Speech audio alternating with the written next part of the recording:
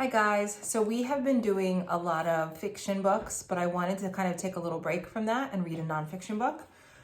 So I know that a lot of times when we think about what nonfiction books typically look like, usually they have real photographs and a lot of charts and graphs and things like that. So this one kind of breaks the norm a little bit. So it is a nonfiction book, but it's also a picture book with drawn pictures by Tommy DePola, who does a lot of other stories that we know and love. In our classroom, there are fiction books, but here's one of his nonfiction books about popcorn. So this one is called The Popcorn Book. And popcorn happens to be one of my favorite snacks ever. I love, love, love kettle corn, and white cheddar is probably my favorite, and just like buttery movie popcorn. But any kind is really fine for me. But I was really interested learning about how it was kind of discovered and how it got from when it was first discovered until now. And I'm hoping that you learn a lot too as you hear this book. And now a word from our sponsor. Mom, can we make some popcorn? Yes, the popcorn's in the refrigerator. Yummy. I wonder why Mom keeps the popcorn in the refrigerator. I don't know. I'll go look it up.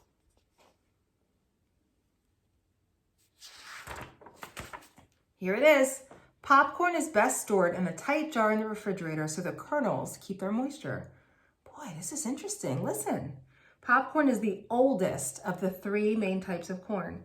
There's field corn, which we feed to animals like cattle and pigs, sweet corn, which is the kind we eat, and popcorn.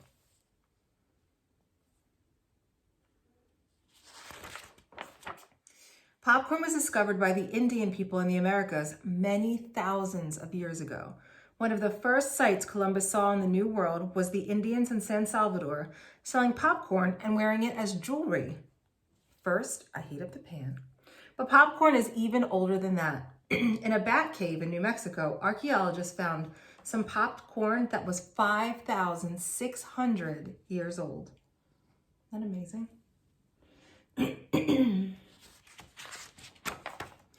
And 1,000-year-old popcorn kernels were found in Peru that could still be popped. Now the cooking oil. The Indian people of the Americas had many different ways to pop corn. One way was to put an ear of corn on a stick and hold it over a fire. But many kernels were lost in the fire with this method.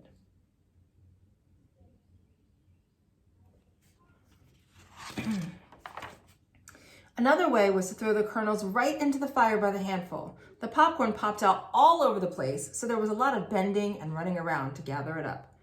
In 1612, French explorers saw some Iroquois people popping corn in clay pots. They would fill the pots with hot sand, throw in some popcorn, and stir it with a stick. When the corn popped, it came to the top of the sand and was easy to get.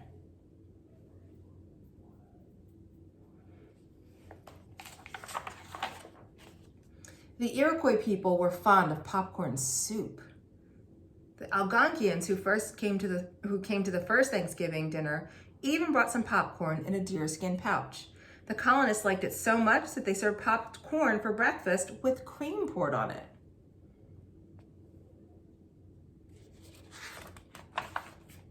Today, Americans use 500 million pounds of popcorn each year. 30% is eaten at movies, circuses, ball games, and county fairs. 10% is saved for seed and sold to other countries, but 60% is popped right at home. And so his brother said, "Oh goody, the kernels are popping. That means the oil must be ready." People in the Midwest buy more popcorn than any other part of the United States. Milwaukee and Minneapolis are the top popcorn eating cities, followed by Chicago and Seattle. Most of the popcorn is grown in the Midwest too. And now I'll put more kernels in the pan and turn the heat up.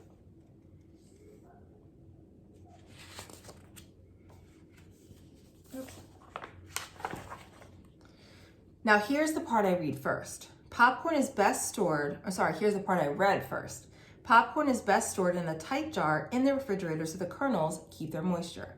If the kernels dry out, there will be too many old maids left in the bottom of the pan. Old maids are unpopped kernels.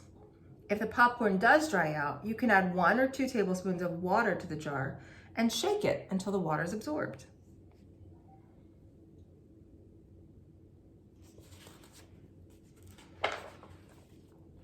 Popcorn pops because the heart of the kernel is moist and pulpy and surrounded by a hard starch shell. When the kernel is heated, the moisture turns to steam and the heart gets bigger until the shell bursts with a pop. Are you sure you didn't put too much popcorn in the pan? Of course not, silly. We'll see. The Indian people had a legend that inside each kernel of popcorn lived a little demon. When his house was heated, he got so mad that he blew up.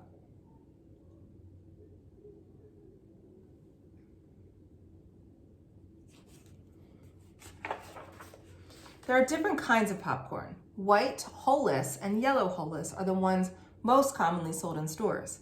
The smallest type is called strawberry because it has red kernels and the ears look like strawberries. Rainbow has red, white, yellow, and blue kernels. It is sometimes called calico. There's black popcorn too, but all of it pops white. The biggest kernels are called dynamite and snow puff. After popcorn is popped, most people like to put melted butter and salt on it. That's me. But if salt is put in the pan before the kernels are popped, it makes the popcorn tough. Interesting.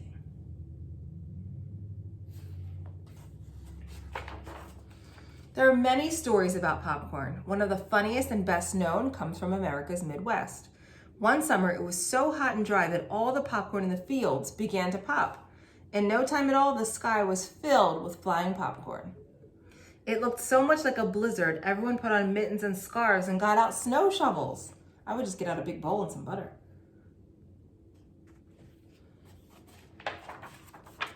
Help, I have a blizzard too. I knew you put too much popcorn in the pan. Okay, if you're so smart, what do we do now? I know. So I'm thinking about what you would do. I know what I would do. The best thing about popcorn is eating it. The end. So that was the popcorn book. I hope you learned a lot of new facts just like I did. And I can't wait to hear about your favorite snacks or treats and to read about some of the research that you do in a Google slide. So I can't wait to see those. See you soon, guys.